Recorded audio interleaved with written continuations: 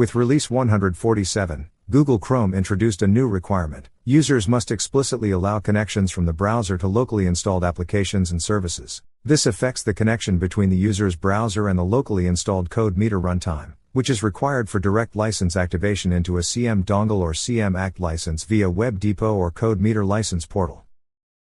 The same security behavior applies to Chromium-based browsers, including Microsoft Edge. Other browsers are expected to introduce similar prompts as well. In this video, we focus on Microsoft Edge.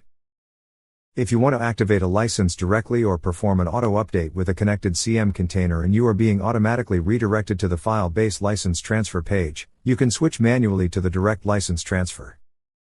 If this page shows an error, first check whether access to apps on device is blocked in the browser settings. If it is blocked, change the setting to allowed and refresh the page. This enables Microsoft Edge to establish the required local connection with CodeMeter Runtime.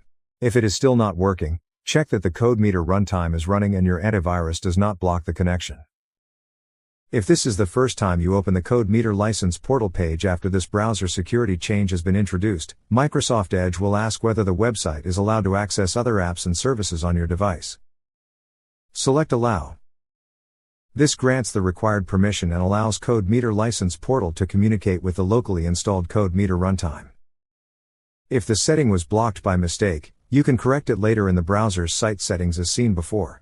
If the connection still cannot be established, please contact our support team for additional guidance.